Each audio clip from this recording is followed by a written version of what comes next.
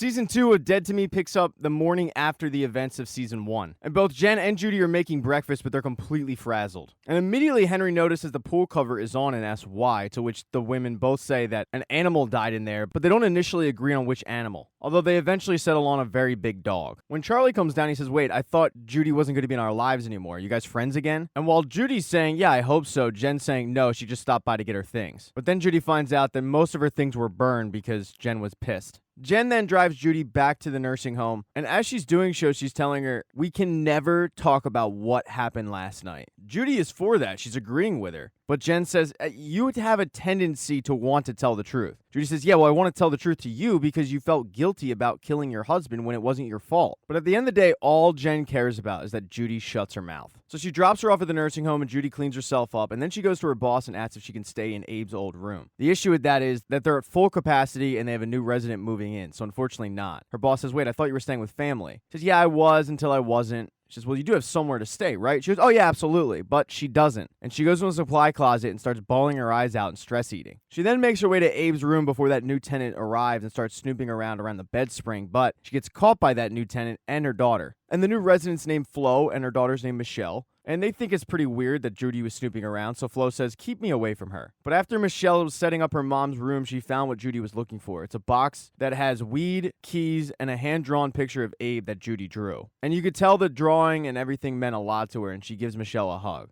She then goes to grab the car that those keys belong to, and it's Abe's old vehicle. Jen, meanwhile, headed back to her place and started cleaning up the pool area. She's also decided to take down the security cameras, to which the neighbor Karen comes over and sees. Initially, Karen asks if she wants to have wine with her later because Karen's husband's out of town, but Jen has no interest in that whatsoever. Then Karen says, wait, didn't you just get these cameras? Yeah, I'm not surprised you're taking them down. I like my security cameras a lot better. They can see the whole neighborhood. And when Jen hears that, all of a sudden she's got a hankering for wine at 11:30 in the morning. So Karen brings over the wine and they start looking over at how strong her security cameras are, but in reality, Jen's just looking at the previous night. She's seeing on the camera that sure enough, there's Steve showing up and there's Judy running out to his car and asks Karen, how often do you delete this? She goes, I never do. I just keep it on the cloud. And as she's watching the footage, all of a sudden Karen gets up because she hears something in the pool area and starts lifting the cover up. Jen frantically is screaming, what the hell are you doing? But it's too late. The cover's coming off. But when it does, Steve's body is nowhere to be found. And the thing that was making that noise is the wooden bird that Judy got for Henry. Later that day, she takes Charlie out for a driving lesson because he's been bugging her about it. But he's pretty good, and she wants to know why he's this good at driving. And he says, well, I was going on lessons with Dad.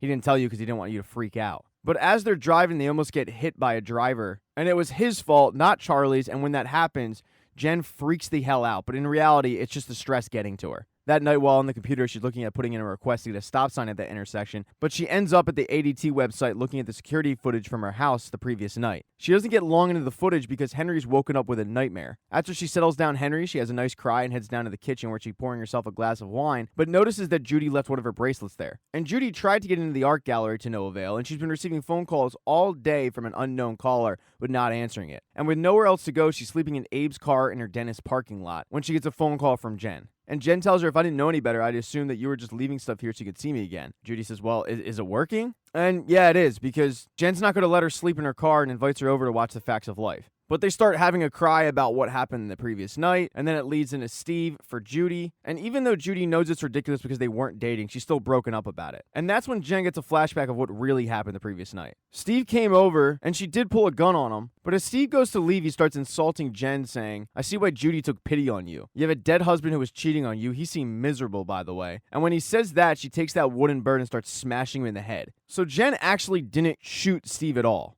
But with Judy crying in her arms, she can't bring herself to tell her the truth because she's perpetuated this lie that Steve came at her and started choking her and it was self-defense when it wasn't. The next morning, Jen asks Judy if she wants to stay there because once again, she has no place to go. And when the kids come down, Charlie notices that they're back to being friends again, but also says the girl named Parker is going to be driving them to school, which immediately Judy starts joking with Jen that the two are doing it. But then there's a knock at the door. And when the women go to answer it, to their utter surprise, there is Steve standing there in the flesh, not dead. Thanks so much for checking out this recap. If you don't see the next video there, don't worry. It'll be up in a day or two or as quickly as I can get to it.